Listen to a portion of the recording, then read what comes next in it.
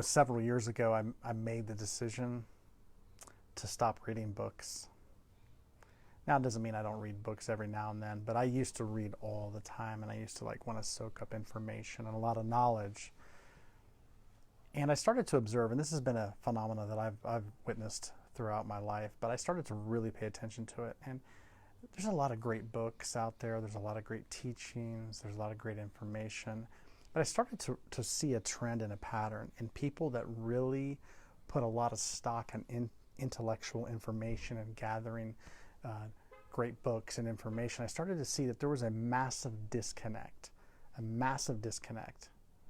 between their lived experience and the information that they peddled or that they had up here. And it happened so often that I knew there was no coincidence with this. There is a block or disconnect. I started to see that information, intellectualizing life, is actually one of the biggest hindrances to experiencing life. People write great books about being loving and inclusive and tolerant or peaceful or whatever it may be, or how to, or literally about coming out of, limiting ways of thinking or judgmental ways of thinking. And yet I started to notice that those very people, the ethos and energy of their life, and I'm not trying to be judgmental, it's an observation. The ethos of their life was that they could not tolerate people who didn't think or act like them. And I started to see that this is a massive disconnect, that you don't experience life. By the way, life is totally all-inclusive. If you will just experience life, pay attention to life, you'll see that life is all-inclusive. You'll understand that life is abundant. But it's one thing to talk about the abundance of life, to talk about the fact that we're free, to talk about all kinds of things about life. It's one thing to know these things. It's another thing to experience it. Life's not a concept. Love is not a concept.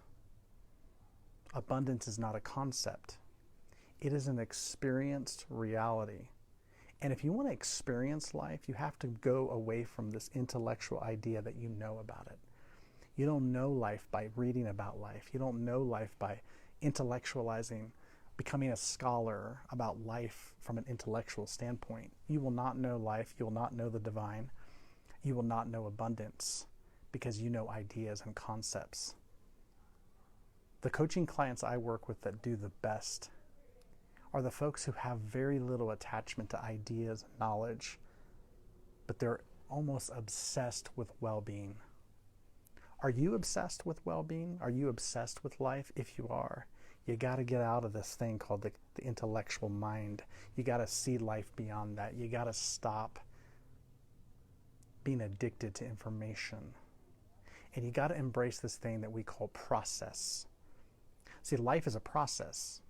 You can't read a book about life. You just have to wake up every day and learn to be with life the way it is. You have to learn to be in flow and harmony with life the way it is. You have to learn the process of living and living well without judgment or resistance. This is not an idea. It is actually a lived process. I'm obsessed with that. I'm obsessed with living well. Not the idea of living well. Not the idea of life. Actually living well. I'm obsessed with it. And my heart is that you would be obsessed with it too. Not the idea. Not the book. Not the intellectual concept. Not the pontificating and arguments. No, the actual lived experience of well-being, of peace, of ease.